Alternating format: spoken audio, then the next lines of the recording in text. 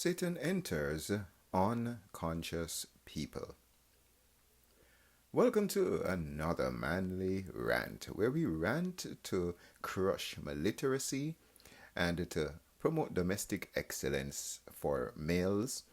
We are grateful for your attention today as we discuss this topic about Satan entering unconscious people. We do encourage us as males to promote an environment where we do not we promote leisure to some regard, but leisure is not an excuse for unconsciousness.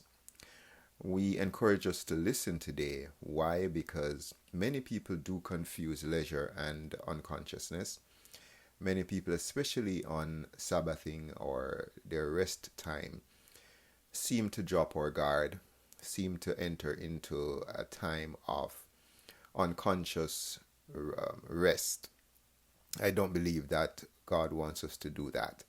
So let's read Luke 22 verses 1 to 6. Luke 22 verses 1 to 6. We're reading from the King James Version.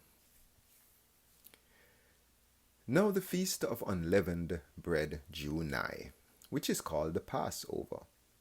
And the chief priests and the scribes sought how they might kill him, for they feared the people.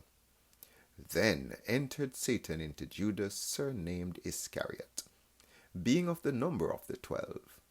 And he went his way, and communed with the chief priests and captains how they might betray him unto them. And they were glad and covenanted to give him money. Verse 6.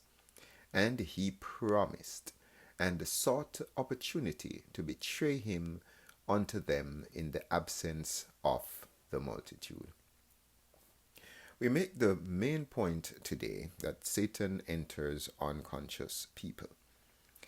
Luke 22:3 says, and Satan went into Judas. And of course we know the result. Jesus was betrayed and assassinated, and that of course is the result of what happens to many of us in our homes and families when we promote unconsciousness, often under the cover story of rest or relaxation or jovialness or just comedy and playing around. Jesus rebuked Peter, but he commanded Satan. And you can see Matthew 16 verses 23. Peter said, and this is in Matthew 16, Peter said, Satan roams. Sorry, this is in 1 Peter 5:8. Peter said, Satan roams, seeking whom he may devour. This came from someone who has direct experience of being satanically attacked in Matthew 16 verses 23 in St. Peter. In Genesis, sin is described as a crouching animal waiting to pounce on humans. Genesis 4 verse 7. It seems Satan seeks opportunities to enter people and influence betrayal of and opposition to Jesus and his agents. So, messianic betrayal and opposition are two satanic outcomes. Jesus says to us to watch and pray that we avoid temptation.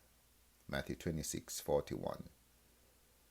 Consciousness, watching, and prayer are two tools to conquer Satan.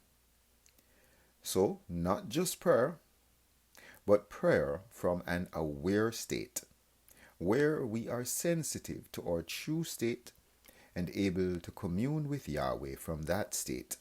Otherwise, we will leave ourselves open to Satan. We, of course, encourage us as males to, yes, have times of rest and relaxation and leisure, but that is never to be a cover story or an excuse for us to be unconscious while on vacation, while resting, while watching television, or while engaging in some kind of banter with our friends.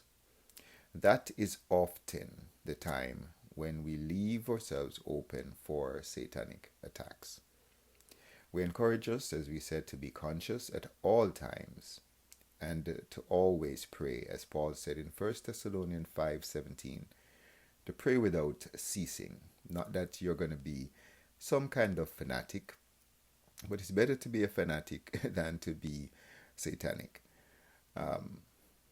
Interpret that any way you wish. But at the end of the day, it's night, and we have to make choices. We have to fight to maintain our messianic relationship.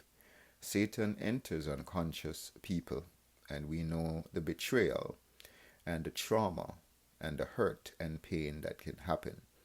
Yes, Jesus got glory out of this situation, but many of us are not Jesus yet. We're grateful that you have come to the end of another manly rant. We encourage you to leave your comments and leave your disagreements and your views in the comments section on YouTube. Feel free to share with someone. Why rob God and this world of you and your family? And until next time, be nuclear.